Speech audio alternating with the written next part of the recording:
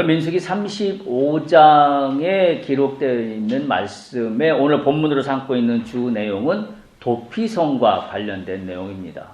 그래서 도피성과 관련돼서 빼놓을 수 없는 중요한 그 사항이 뭐냐면 살인입니다. 살인자를 어떻게 할 것이냐. 그래서 살인자 중에서도 어떤 살인을 한 사람을 나누냐면 고의적인 살인과 비고의적인 살인한 경우로 나누어서 오늘 본문의 말씀에 의하면 비고의적인 살인을 하는 경우에는 도피성으로 피하게 하라. 그리고 도피성에 거주하는 아무도 그를 죽일 수 없다. 보호하라 라는 그런 말씀이에요. 근데 오늘 그거보다도 더 중요한 그 본문의 맥락은 뭐냐면 하나님께서 살인을 어떻게 이해하고 계시냐라는 거예요. 그래서 이 도피성이라는 제도를 마련한 이유도 거기에 있는데요. 마지막 우리가 읽은 하나님이 이 땅에 대한 개념이 특별히 굉장히 거룩하십니다. 우리가 땅을 갖고 장난치지 않아야 해요. 오늘날 현대인들이 땅을 갖고 장난을 많이 치지요. 소위 말해서 부동산 투자를 한다는 좋은 이름을 악용하여서 땅을 갖고 장난치는 일들이 너무나 많습니다. 그러나 하나님은 땅을 굉장히 중요한 인간의 어떤 토대로 여기셔요. 그리고 이 땅이 하늘과 땅이라고 할 정도로 어떤 면에서는 하늘과 땅이 분리되어 떨어져 있는 것 같지만 하늘과 땅은 연결되어 있다는 개념을 발견할 수 있어요. 그 이유가 뭐냐면 오늘 민수기 35장 34절을 보세요. 이렇게 하나님이 말씀하세요. 너희는 너희가 거주하는 땅, 곧 내가 거주하는 땅을 더럽히지 말라. 땅을 더럽히지 말라. 너희는 너희가 거주하는 땅을 더럽히지 말라. 우리가 이 말씀을 꼭 기억했으면 좋겠습니다. 그러니까 이 중요한 말씀을 잘 붙들지 않으면 도피성의 문제도 따로 놀고 레이성의 문제도 따로 놀고 하나님의 말씀도 다 각기 따로 놓아라. 그러니까 어떤 문제가 생겨요? 많은 그리스도인들이 하나님을 믿는다고 하지만 하늘의 시민권자로서 이 땅을 살아가지 못해요. 땅의 사람과 하늘에 속한 사람이 철저히 분리되어 있습니다. 어떤 면에서 우리가 이중적인 자아를 갖고 있어요. 주일날은 교회에 나와서 하늘의 시민권자로서의 소속되어 있는 사람으로 살아간다고 고백하지만 주중에 세상 가운데 돌아서면 땅 가운데 속한 사람으로 살아가며 하늘과는 전혀 무관한 사람으로 살아갑니다. 근데 오늘 말씀을 보면 하늘과 땅은 연결되어 있습니다. 하나님께서 말씀하시기를 분명히 말씀하시잖아요. 너희가 거주하는 땅을 더럽히지 말라. 그건 이유가 뭐예요? 34절 중간에 나와 있죠. 그 땅은 곧 내가 거주하는 땅이다. 하나님이 나는 하늘에만 있는 게 아니라 너희가 거주하는 땅 그곳에는 나도 거주하고 있다. 그러니까 우리가 이 땅에 살아갈 때 내가 발의 토대를 딛고 있는 이 땅이 얼마나 영적으로 귀한 것인가 하는 것을 우리가 깨달아야 돼요. 그것을 깨닫지 못하니까 땅을 하늘과 대척점에 있다고 생각해서 적당히 하늘을 속이려 듭니다. 하늘을 속이는 행위를 땅을 통해서 하고자 합니다. 우리가 참으로 마음 깊이 다시 한번 새겨야 할 그런 말씀이 아닐 수가 없습니다. 제가 민수기 35장을 시작하면서 신앙과 삶의 조화라는 말씀의 제목으로 지금 말씀을 나누고 있는데요. 지난주에는 민수기 35장 1절에서 8절의 본문의 말씀으로 레이성을 왜 뒀는가? 레인에게 성읍을 주어서 거기에 거주하며 살게 한 의미가 뭔가? 라는 것에 대해서 함께 나눴습니다.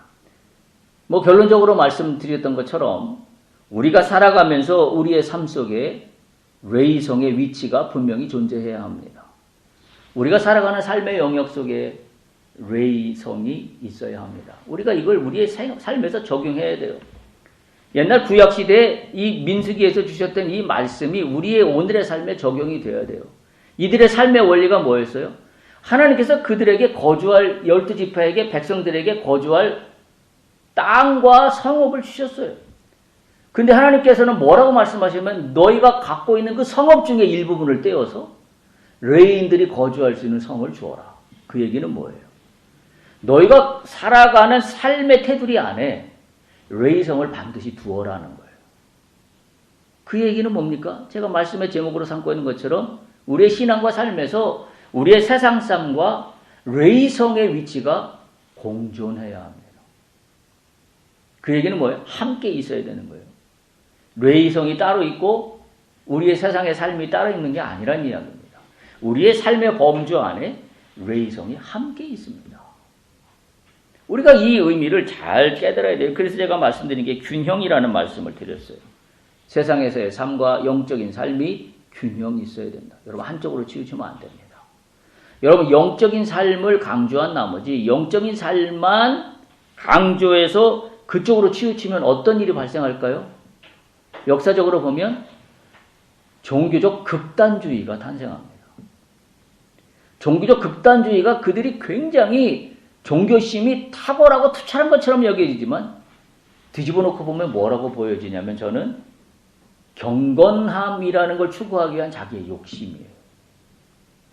그래서 신앙인에게 중요한 게 뭐냐면 세상에서의 삶과 경건한 삶에 대한 균형이에요. 하나님은 성경 말씀을 통해서 우리에게 균형 있는 삶을 살아갈 것을 늘 요구하셔요. 오늘 말씀도 그런 거 아닙니까? 너희가 땅에 살지만 하늘에 사는 삶인 것을 잊지 말아라. 그게 오늘 본문의 말씀의 주제예요. 그런데 땅에 살지만 하늘에 사는 것을 잊지 말아야 되는 것은 땅의 삶과 하늘에서의 추구하는 영적 의미가 균형을 이루어야 돼요. 근데 하늘만 바라보고 산다든지 아니면 땅만 바라보고 산다든지 다 극단주의입니다. 종교적으로 바람직하지 않습니다. 영적으로 바람직하지 않습니다. 하나님이 원하는 삶이 되지 않아요. 그러니까 주님도 그렇게 말씀하셨잖아요. 우리에게 말씀하시기를 제가 누차 말씀드렸지만 너희는 빛과 소금이라고 하지 않고 뭐라고 하셨냐면 너희는 세상의 소금이라 너희는 세상의 빛이라. 그게 뭐예요? 하늘과 땅이 조화예요. 우리가 세상에 살지만 하늘의 비전인 소금의 비전을 갖고 사는 겁니다. 우리가 세상에 살지만 하늘의 비전이 빛을 가지고 사는 거예요. 그 균형이에요. 그런데 오늘날 많은 소위 종교를 갖고 있는 사람들이 이 균형 감각을 갖지 못해요. 그래서 어느 쪽인가 한쪽으로 치우칩니다. 그런데 제가 말씀드린 것처럼 어느 쪽인가 한쪽으로 치우치는 모든 것의 중심은 뭐가 있냐? 자기의 욕심이 있습니다. 내가 더욱더 경건한 삶을 이루기 위한 나의 욕심. 그럼 계속 그쪽 블랙홀로 빨려들어가요. 제가 누구라고는 이야기하지 않겠습니다. 아마 다 아실 거예요. 예전에 연예인 중에 김모 연예인이 있습니다. 그 사람의 삶이 그냥 모든 게 있으면 다 기부해요. 그래서 그 사람이 그 방송에 나와서 자랑스러우리만큼 그리고 이제 인터뷰하는 사람들이 그걸 자랑스럽게 여기서 인터뷰를 하죠. 어떻게 그렇게 버는 족족. 근데 그 사람이 집 한 칸도 자기 소유로 살고 있지 않아요. 새를 살아요. 근데도 막 수억 원씩 수십억 원씩 기부를 합니다. 저는 그 방송을 보면서 저분의 삶의 정체성이 뭘까? 굉장히 제가 한편으로 갸우뚱하면서 봤던 기억이 나는데요. 근데 인터뷰하는 세상 사람 입장에서는 대단한 사람으로 칭송을 합니다. 어떻게 버는 족족 다 너를 위해서 쓰지 않고 남을 위해서 다 기부하느냐. 아름다운 영적 태도가 제가 볼 때 아닙니다. 균형이 맞아야 돼요. 그 사람은 그분이 인터뷰하는 가운데 제가 받은 인상이 그런 거예요. 기부하는 거에 대해서 자기가 노예가 돼 있어요. 그래서 기부를 안 하면 마치 자기 삶이 잘못 사는 것처럼. 그러니까 오히려 그 사람은 어떤 면에서 마음이 평안하다고 느끼냐면 내가 집을 사는 것으로 내 욕심을 채우는 게 평안하지 못하다고 여겨요. 근데 사실은 내 집을 사지 않고 기부하려고 하는 거에 평안함을 느낀다고 하는 것은 다른 말로 뒤집어서 오늘 제 식으로 표현하면 기부에 대한 자기 욕심이에요. 내 삶을 포기하면서 기부한다는 자기 욕심을 이루기 위한 성취예요.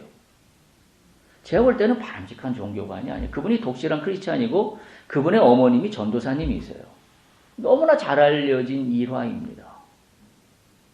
그냥 단면만 보면 굉장히 아름다운 삶을 살아가고 있는 사람이지만, 청년이지만, 그러나 영적인 관광에서 보면 제가 오늘 말씀드린 것처럼 뭐가 무너져 있냐면 균형이 무너져 있어요. 기억하십시오.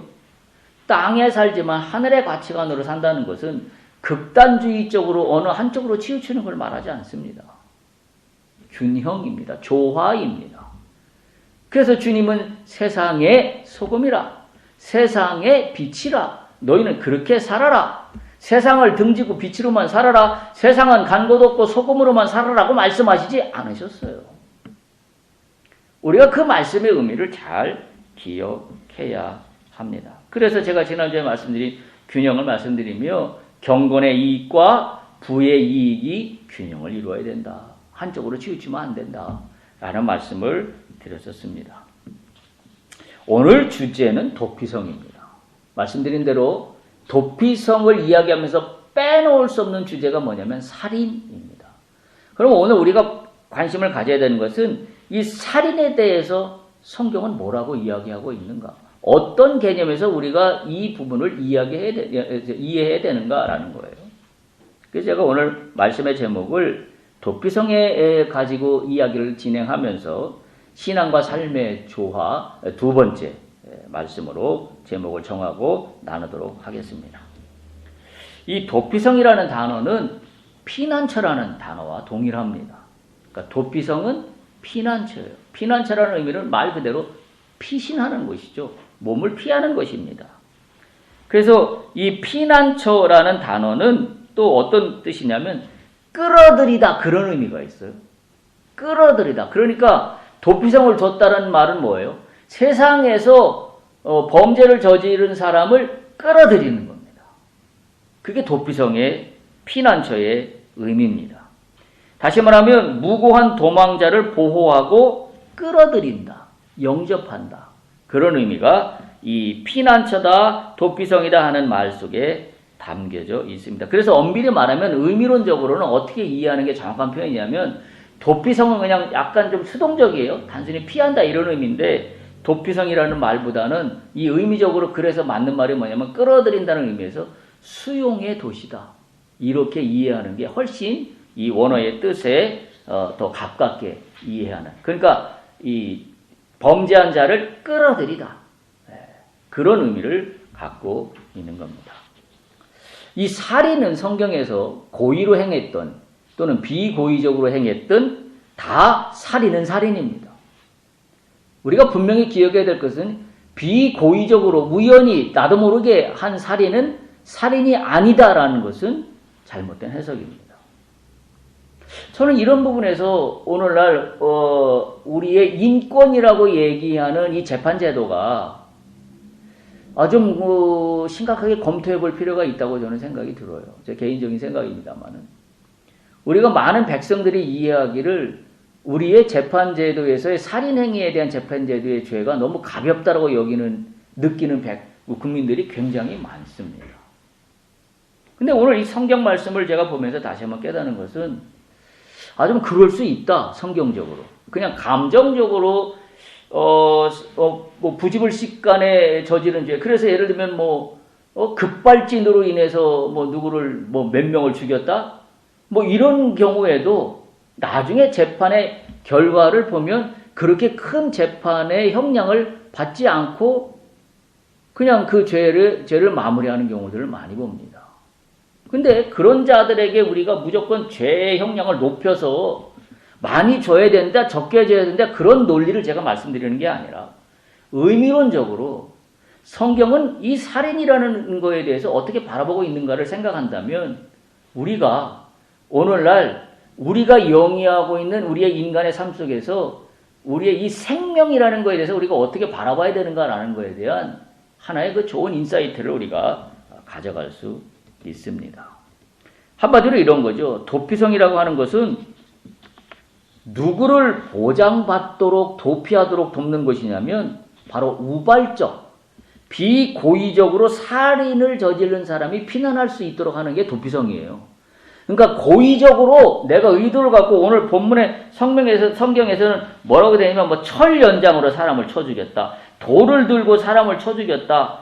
또 나무를 연장 삼아서 손에 들고 사람을 쳐 죽였다. 이런 고의성이 있는 거는 그건 고의적인 살인이에요. 그런 고의적인 살인을 저지르는 사람은 도피성으로 못 들어옵니다. 도피성에 들어오는 사람은 어떤 사람만 들어오냐면 비고의적. 그러니까 의도치 않았는데 자기는 전혀 어떤 의도가 없었는데 어떻게 하다 보니 뭐 살인이 일어난 거죠. 그런 경우에 피난할 수 있도록 보장해주는 그런 제도인데요. 이게 이제 그때 당시로 보면 고대 중동의 이 살인에 대한 관습과 성경의 이 말씀이 전혀 다른 의미예요. 고대 중동의 관습에서는 살인을 당한 피해자의 가족은 살인한 사람 또는 그 살인자의 가족 누구에게도 복수하는 것을 마땅히 여깁니다. 그게 그때 당시에 고대 근동사회의 사회적인 관습이에요.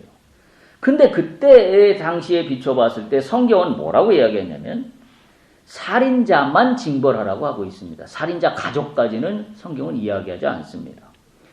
또 죄를 똑같이 살인으로만 두는 게 아니라 살인의 행위를 두 가지로 분류했어요. 고의적인 살인이냐 아니면 비고의적인 살인이냐로 따라 판결이 다르게 된다는 거죠. 그 다음에 고대 근동사회는 살인을 하면 돈으로 대신 그것을 바꿀 수 있었어요. 근데 성경에서는 살인을 하면 돈으로 바꿀 수 없다. 돈으로 바꿀 수 없다는 게 대원칙이에요. 그 다음에 성경에서는 레위인에게만 죄의 유무를 판단하도록 하였습니다. 오늘날로 얘기하면 국가에서만 죄의 유무를 판단하도록 하지 개인적인 사사로운 감정으로 죄의 유무를 판단하도록 허용하지 않고 있다는 사실이에요. 그게 성경의 사실입니다. 그 다음에 비고의적인 살인자는 도피성으로 피하여서 보호를 받도록 그렇게 하는 것이 마땅하다. 이게 이제 성경에서 얘기하고 있는 살인에 대한 기본적인 말씀들입니다. 자, 그런데 이 고의적으로 살인을 당하거나 비고의적으로 살인을 당하는 경우에 반드시 상대적으로 그때 이제 문화적인 관습이 여기에 배어 있는 거예요. 뭐가 있냐면 반대 개념에 피를 보복하는 자라는 개념이 나와요. 그게 오늘 본문의 말씀에도 12절, 19절, 22, 24, 27절에 계속해서 나오는데요. 살인을 한 사람은 그 사람이 고의로 살인을 했던 비고의적으로 살인을 했던 복수에 직면하게 된다라는 거죠. 그걸 이제 피를 보복하는 자다 이렇게 말씀하고 있는 건데요. 고의적인 살인에서 성경은 한마디로 그런 거죠. 흘려진 피가 땅을 더럽혔다. 우리가 이미 봉독한 것처럼. 그래서 흘려진 피가 살인당한 사람의 피가 땅을 더럽혔기 때문에 이 땅을 회복하려면 살인자의 피가 아니면 이 땅을 회복할 방법이 없다는 게 논지예요. 그러니까 돈으로 바꿀 수 없다라는 거죠. 따라서 이 성경은 이 살인을 당한 자의 피를 어떻게 이해하냐면 자연계의 균형을 뒤엎어 버렸다라고 판단합니다. 그러니까 살인행위 자체가 누구를 죽였다라는 단순한 의미가 아니라 땅을 더럽혔어요. 근데 그 땅을 더럽혔다는 것은 하나님의 질서를 깨뜨린 겁니다. 성경은 그렇게 엄중하게 바라보고 있습니다. 그 대표적인 예가 뭐냐면 가인이 아벨을 죽였을 때 창세기에 나온 본문의 기사예요. 거기 보면 살해당한 아벨의 피가 땅에 흘렀을 때 그 피는 하나님을 향해 호소하게 됩니다. 그러면서 창세기 4장 10절에서 12절 이렇게 기록되어 있어요. 이르시되 네가 무엇을 하였느냐? 네 아우의 피소리가 땅에서부터 내게 호소하느니라. 하나님 말씀이에요. 아벨이 죽었는데 그 아벨의 피소리가 땅에서부터 내게 호소했답니다. 하나님이 그 소리를 들으셨답니다. 11절 땅이 그 입을 벌려 내 손에서부터 내 아우의 피를 받았은즉 네가 땅에서 저주를 받으리라. 지금 가인에게 하시는 말씀이에요. 네가 아벨의 피를 본즉 이제는 네 손으로부터 일어난 일이기 때문에 네가 그 땅에서 저주를 받을 것이다. 그러면서 12절 하나님이 가인에게 이렇게 말씀하십니다. 네게 밭을 갈아도 땅이 다시는 그 효력을 네게 주지 아니할 것이다.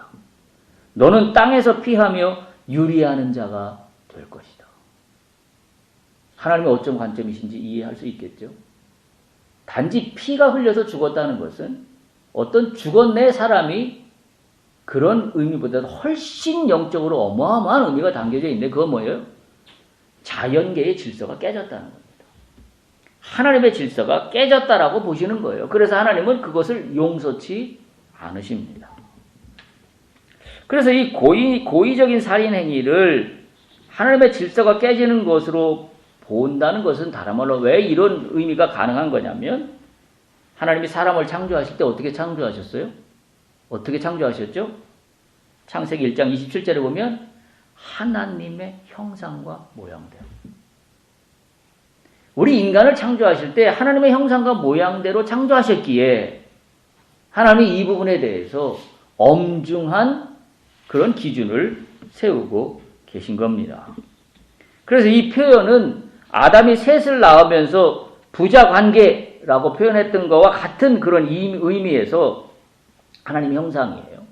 그걸 라틴어로는 이마고데이라고 그렇게 말을 하는데요. 이 말의 의미는 부자관계라는 의미예요. 그러니까 다른 말로 표현하면 뭐냐면 하나님과 하나님이 창조하신 인간 사이의 관계는 어떤 관계냐면 부자관계예요. 부자관계나 같은 의미입니다. 그래서 사람은 하나님의 자녀이기 때문에 사람의 생명에 함부로 손을 대면 안 된다라는 게 이 하나님의 모양과 형상대로 창조했다라는 그 의미 속에 담겨져 있는 뜻이기도 합니다. 따라서 모든 생명은 하나님의 소유물이기 때문에 생명에 손을 댈 수 없습니다. 그러니 돈을 받고 살인자를 풀어주는 일은 더더욱 할 수 없는 일입니다. 그게 성경에서 이야기하고 있는 이 피 흘린다는 살인행위에 대한 땅이 저주받는 것에 대한 그 근거와 의미라고 볼 수가 있습니다. 결국 성경에서는 살인행위인 경우에는 반드시 살인자의 피가 흘러야 한다고 못 받고 있어요. 어떤 면에서는 이 부분이 굉장히 너무 극적이다, 잔인하다 이렇게 볼 수 있지만 그 행위에 초점이 있는 게 아니라 다른 말로 표현하면 뭐예요? 절대 사람을 죽여서는 안 된다는 의미가 여기 담겨 있는 거예요. 그래서 예를 들면 돈을 받고 나의 살인 행위를 대신할 수 있다고 한다면 누구든지 살인을 쉽게 할 수 있을 거 아닙니까? 그러면서 돈 받고 풀어나면 되잖아요. 그렇다 그러면 살인 행위가 그저 돈 몇 푼 주면 살인 행위가 없었던 일로 되는 일이 돼버린다는 것은 오히려 하나님 관점에서는 용납할 수 없는 일이라고 봅니다. 따라서 이런 의미에서 담겨져 있는 하나님의 뜻은 살인행위에 대한 하나님의 뜻은 뭐냐면 생명 존중이에요. 하나님이 가장 중요하게 여기시는 뜻 가운데 뜻은 뭐냐면 생명 존중 사상이에요. 우리가 이 땅을 살아가면서 생명이라는 가치에 대해서 눈을 떠야 됩니다. 내가 하는 일을 통하여 생명이 살아난다면 하나님 뜻에 부합한 거예요. 내가 하는 사업을 통해서 생명을 살리는 일이 일어난다면 하나님 기뻐하시는 일입니다. 근데 내가 하는 일을 통해서 자연이 훼손된다. 왜? 땅의 질서가 깨지니까요. 내가 하는 일을 통해서 생태계가 파괴된다. 하나님이 기뻐하시는 일이 아닌 것이 되어버립니다. 왜냐하면 생명 존중이라는 것은 사람도 의미하지만 모든 하나님이 창조하신 자연 생태계도 의미하는 것이기 때문에 그렇습니다. 반면에 또 이야기하고 있는 오늘의 본문의 말씀에 비고의적인 살인의 내용이 나옵니다. 이 비고의적인 살인의 경우에도 살인자의 생명을 보호하도록 되어 있는데 오늘 성경은 어떤 단어를 쓰고 있냐면 부지중해라는 단어를 쓰고 있어요. 민수기 35장 11절에 보면 너희를 위하여 성읍을 도피성으로 정하여 부지중해 살인한 자가, 이게 비고의적입니다. 부지중해. 15절에도 이 6성읍은 블라블라블라블라 중간쯤에 부지중해 살인한 모든 자가 그리로 도피할 수 있으리라. 이 부지중해라는 말이 우발적이라는 그런 말입니다. 이것은 한마디로 실수로 범한 경우를 가리키는 단어 뜻입니다. 알지 못하여 실수한 경우 또는 어떤 일을 소홀히 하여서 저지른 실수 이런 걸 다 포함하고 있는 게 이 부지 중에 우발적 본문의 의미로는 비셔가가라는 그런 원문의 의미인데요. 그와 같은 단어의 뜻입니다. 22, 23절에서도 이와 같이 언급하고 있어요. 악의가 없이 우연히 살인이 됐다 이거예요. 23절에도 보면 보지 못하고 그 다음에 또 블라블라블라 가서 악의도 없고 헤아려 한 것도 아닌즉 이렇게 표현하고 있어요. 그러니까 이런 경우에 소위 말해서 부지 중에 비고의적인 살인이다. 이런 거죠. 그래서 예를 들고 있는 게 뭐 보지 않고 돌을 던졌는데 또는 적개 심이 없이 밀쳤는데 뭐 그런 거죠. 또 신명기에는 나무를 하는데 도끼가 자루에서 빠져서 사람을 맞추어 죽는 경우 이런 경우는 의도한 게 아니다 이거죠. 그래서 비고의적인 살인이라고 할 수 있는데 이 비고의적인 살인을 한마디로 성경은 어떻게 이해하고 있냐면 용서가 가능하다. 그래서 죄 용서를 위한 속죄제사, 정화제사를 드릴 수 있어야 한다. 그렇게 정의를 하고 있습니다. 그러니까 살인인 경우에 용서가 가능한 경우는 비고의적인 살인인 경우예요. 자, 그런데 거기서 끝나면 이야기가 간단해요. 근데 성경은 거기서 한 발짝 더 나갑니다. 어떻게 보고 있냐면 고의적인 살인이든 비고의적인 살인이든 살인은 살인이다. 비고의적인 살인은 우발적 실수로 했던 범죄로 인해서 사람이 죽었다고 해서 그것이 살인행위가 아닌 건 아니다라는 거예요. 따라서 비고의적으로 살인행위가 용서는 받을 수 있지만 쉽게 해결될 수 없다라는 겁니다. 쉽게 치환될 수 없다라는 그런 의미입니다. 따라서 성경은 어떻게 보고 있냐면 비고의적인 살인자도 범죄자이기 때문에 그 범죄에 상응하는 대가를 치러야 한다. 이게 오늘 도피성에서 이야기하고 있는 그런 본문입니다. 다시 말하면 이런 거죠. 지금 비고의적인 살인한 사람이 도피성에 들어가잖아요. 그 사람이 도피성에서 나올 수 있을까요? 나올 수 없을까요? 비고의적인데 나올 수 없어요. 도피성으로 들어가면 나올 수 없다고 오늘 본문이 이야기하고 있습니다. 그럼 언제 나오냐? 28절 보세요. 민수기 35장 28절. 이렇게 정의하고 있습니다. 이는 살인자가 대제사장이 죽기까지 그 도피성에 머물러야 할 것이다. 대제사장이 죽은 후에는 그 살인자가 자기 소유의 땅으로 돌아갈 수 있느니라. 비고의적인 살인으로 도피성에 피신한 사람이 언제 풀려나요? 도피성에서? 대제사장이 죽을 때. 참 아이러니하죠. 그전에는 절대로 나올 수가 없습니다. 그러니까 어떤 의미냐면 목숨은 보호받을 수 있지만 몸은 자유롭지 못합니다. 자기 집으로 돌아갈 수 없어요. 도피성에서 한마디로 말해서 갇힌 신세가 되는 겁니다. 소위 말해서 감옥에 있는 것과 같은 효과예요. 도피성에서 한 발자국도 나갈 수 없어요. 왜? 도피성에서 한 발짝이라도 나가면 피를 보복하는 자에 의해서 죽음을 받아도 그거는 아무 잘못이 없는 게 됩니다.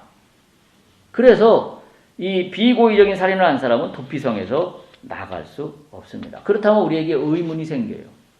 대제사장이 죽는 것과 이 비고의적인 살인으로 말미암아 소위 대제사장이 죽어야만 도피성에서 나올 수 있다는 이 관계가 도대체 뭐냐? 아니 대제사장이 왜 그걸 짊어져야 하냐? 그렇죠? 대제사장이 죽어야만 도피성에 피신한 비고의적 살인자가 풀려날 수 있다 이런 의미거든요. 이걸 어떻게 이해할 것이냐? 소위 말해서 대제사장이 죽어야만 그 비고의적 살인을 정한 사람은 도피성으로부터 나올 수 있어서 죄를 용서받고 신분이 회복되어 정상적인 사회생활을 할 수 있다. 이렇게 이제 보고 있는 건데요. 왜 그러냐면 대제사장은 백성의 죄를 대신해서 용서받는 제사를 드리는 사람이기 때문에 대제사장의 죽음을 통해서만 비고의적 살인한 사람의 살인행위가 용서가 되는 거예요.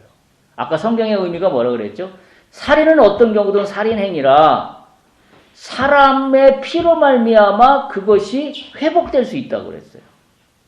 그래서 고의적인 살인을 한 사람은 고의적인 살인을 한 사람을 죽임으로써 회복이 되지만 비고의적 살인을 한 사람은 자신이 죽는 게 아니라 대제사장이 대신 죽음으로 말미암아 신분이 회복되는 겁니다. 그러니까 하나님이 이 살인에 대해서 얼마나 엄중한 그 사상을 갖고 있는지를 우리가 깨달을 수 있습니다. 따라서 대제사장의 죽음으로만 비고의적인 살인자가 용서를 받을 수 있습니다. 바로 피가 흘려야 된다는 대원칙이 대제사장을 통하여 대신 이루어진 거죠. 이걸 돈으로 바꾸는 게 아니라 대제사장의 죽음으로 비고의적인 살인자가 회복되는 것과 같은 시스템을 이야기하고 있습니다. 한마디로 이런 거죠. 생명은 생명으로밖에 갚을 길이 없습니다. 이게 하나님이 정하신 개념이에요. 이제 히브리서로 갑니다. 생명은 생명으로만 해결됩니다. 생명의 죗값은 생명으로만 대속됩니다. 히브리서는 우리가 어떻게 평가하냐면 신약의 구약이다라고 평가해요. 그래서 히브리서의 대얘기에 가장 많이 나오는 단어는 예수님을 향해서 설명하고 있는데 예수님을 누구로 표현하고 있냐면 대제사장으로 표현하고 있습니다. 그게 히브리서예요. 그러니까 어떤 의미인지 알겠죠? 히브리서에서 예수님을 어떤 쪽으로 말씀하고 있는 거예요? 우리가 죽을 수밖에 없는 인간들인데 우리의 죄를 대신하여서 예수 그리스도께서 죽음으로 말미암아 우리는 도피성으로부터 풀려나게 된 것과 같은 인생을 살아가는 겁니다. 그 의미가 히브리서의 예수님에 대한 대제사장의 표현입니다. 오늘 본문 히브리서 2장 17절 18절을 보세요. 이렇게 기록하고 있습니다. 그러므로 그가 범사의 형제들과 같이 되심이 마땅하도다. 이는 하나님의 일에 자비하고 신실한 대제사장이 되어 백성의 죄를 속량하려 하심이라. 그가 시험을 받아 고난을 당하셨은즉 시험 받는 자들을 능히 도우실 수 있느니라.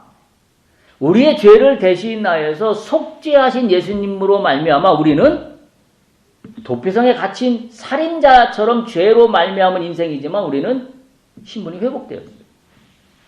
그런데 우리를 도우실 수 있는 분은 예수님 한 분밖에 없다라는 그런 말씀입니다.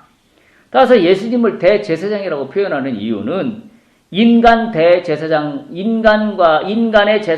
비교가 되지 않을 정도로 대단한 그런 분이기 때문에 큰 대제사장이다 이렇게 호칭하고 있는데요. 사실 따지고 보면 원래 하나님이 세상을 창조하실 때 제사장이라는 것은 필요 없었어요. 소위 하나님과 인간이 직접적인 대화가 가능했었죠. 그런데 인간이 죄를 짐으로 말미암아 하나님과의 관계가 단절되었고 그 후로 하나님과 만날 수 없는 인간의 상태가 되었습니다. 그래서 이 하나님과 인간 사이에 이 만날 수 없는 상태를 연결해 줄 중간자가 필요했는데 그게 제사장이에요. 근데 오늘 얘기하면 그 제사장의 역할을 누가 하고 있는 거냐면 예수 그리스도께서 하고 있는 것이다. 이렇게 이해하면 됩니다. 구약 성경에 보면 제사장이 되기 위해서는 몇 가지 조건이 있어요. 첫 번째는 아론의 자손이어야 합니다. 이게 출애굽기 29장 9절에 나와 있고요. 둘째는 거룩해야 합니다. 출애굽기 29장 44절에 나와 있고 셋째는 육체에 흠이 없어야 합니다. 레위기 21장 17절에서 23절에 나와 있고 넷째는 제사장의 복에 조상으로부터 내려오는 혈통이죠. 거기에 이름이 기록되어 있어야 합니다. 스가랴서 2장 62절에 있습니다. 이 제사장의 계보를 잇고 있는 사람들이 오늘 우리 본문으로 다루고는 민수기의 레위인들이에요. 그래서 하나님은 이스라엘 백성들 12지파에게 이 레위인들에게 거처를 마련해주고 그 안에 도피성도 두어서 너희가 이것을 통하여 영적, 육적 삶이 조화를 이루도록 할 것을 하나님은 말씀하고 있는 겁니다. 그러니까 우리가 오늘 이 말씀드리는 이 도피성에서의 살인을 이야기하지만 살인에서 생명 존중이라는 사상을 하나님으로부터 우리가 발견하게 하는 것의 이유는 근거는 뭐냐면 우리가 세상을 살아가면서 나의 신앙과 나의 삶에 중심에서 조화를 이루어야 될 게 뭐냐? 그게 생명의 가치다라는 거예요. 그 조화를 놓지 않아야 우리는 그리스도인답게 살아가는 것이 됩니다.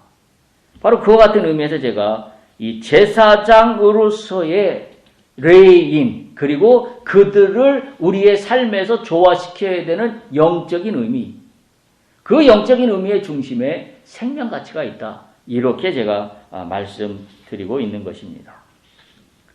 예수님은 인격의 존귀함에서나 그의 본성의 순결성에서나 반열의 탁월하심이나 엄숙하게 세워졌거나 희생의 탁월함이나 완전하심이나 영구성에 있어서 예수님은 인간으로서는 할 수 없는 대제사장의 직무를 감당하실 유일한 분입니다.